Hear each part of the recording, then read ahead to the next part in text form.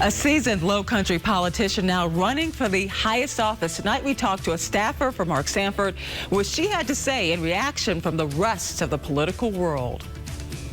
Everyone is shocked at the mass destruction that has occurred at this point.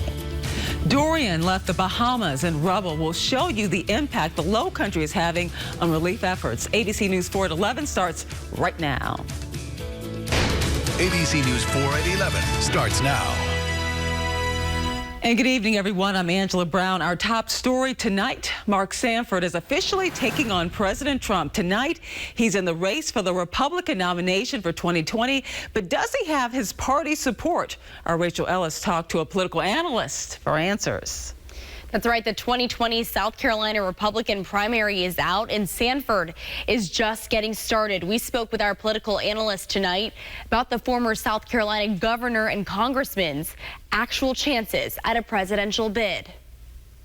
I'm Mark Sanford, and after a lot of thinking, praying, and talking to friends, I've decided to throw my hat in the ring and will run for president in the Republican primary. Mark Sanford announcing his run on social media. I don't know what will come of it, but I believe what's happening in Washington needs challenging. Dr. Gibbs Knott says Sanford brings financial conservatism back into GOP conversation. There's still people out there who care a lot about fiscal conservatism, deficit spending, the amount of money we're spending on the debt. Adding President Trump is still the front runner with or without a Republican primary in South Carolina. Trump is so popular and he has the power of the presidency. He has a huge war chest saved up to be able to combat things. We spoke to one of Sanford's staffers who says they're ready to get the campaign off the ground. Knott says South Carolina should be a priority. I think it would be good for Sanford to campaign in his home state. It doesn't look like he's going to get that opportunity to go for the primary. We think that a guy who's been elected twice in South Carolina statewide as governor would really want a South Carolina primary. Sanford staffer also tells me his long-standing experience in multiple roles, making him ready to bring his career to the national level in 2020. Angela. And we reached out to the South Carolina GOP for comments about Sanford's run. They released the statement to us saying, quote, "Let's be clear about this. This is about Mark Sanford looking to raise his political career from the grave, not him wanting to advance ideas. The simple fact is that South Carolina Republicans overwhelmingly support President Trump and know this vanity project is going absolutely nowhere." And Mark Sanford has some words for the GOP today as well. The candidate spoke on Fox earlier today and had this to say. Listen. I think we need to have a conversation on what it means to be a Republican. I think that as a Republican Party, we have lost our way. And the thing that has been lacking in this debate has been an earnest and real conversation on debt and deficits and government spending. And I find it astounding. Sanford isn't the only candidate running in the GOP primary race, though. Former Massachusetts Governor Bill Weld is also in the race. Today, he responded to Mark Sanford's announcement on Twitter. He says, "So excited that Governor Mark Sanford, an experienced and thoughtful fiscal conservative, has joined myself in the Republican 2020 primary race." Sanford's announcement comes just one day after the South Carolina GOP canceled its presidential primary. The party says this move is expected to save taxpayers over $1 million. The party released this statement saying in part, quote, "As a general rule, when either party has an incumbent president in the White House, there's no rationale to hold a primary, just as South Carolina Republicans did not hold one in 1984 or 2004. Another Republican candidate running against Trump is Representative Joe Walsh. The candidate spoke out today about the party canceling primaries across the country. We've never had a case where, with credible primary challenge, primary elections were just canceled. You have a former Republican governor, Bill Weld. You have a former Republican Congressman, Joe Walsh, who've challenged this president. This is Trump. Look, the South Carolina party and Kansas and Nevada and Arizona may do the same thing. Think about it. They are literally denying their residents the right to vote to protect this incumbent president. And we want to hear from you. Are you excited about Sanford's candidacy? So far, 86% says they're not excited. Head to abcnews4.com/poll to weigh in on this issue.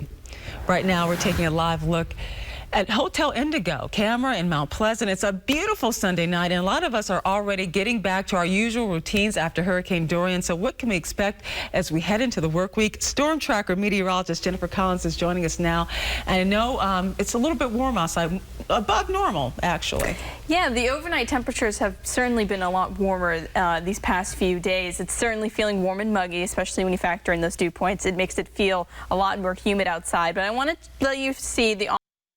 It's the old expression, we're going to hope for the best, but we're going to prepare for the worst. A Category 4 hurricane is churning in the Atlantic, and tonight the Low Country and the rest of the southeast are making preparations. And tragedy strikes Texas again. A mass shooting in the Lone Star State for the second time this month. We'll have all the details right ahead. ABC News 4 at 11 starts right now. ABC News 4 at 11 starts now.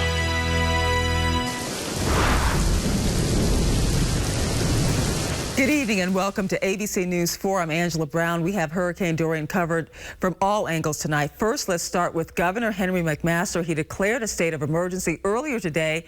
He says it's important for you to get ready now. We also heard from Mayor Tecklenburg. He says he's drafting an executive order declaring a state of emergency. Listen to what he said about that order earlier today.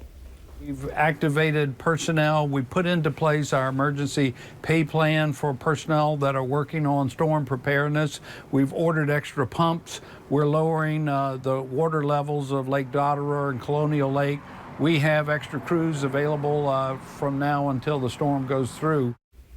During the conference, we also heard from the city's emergency management director, Shannon Scaff.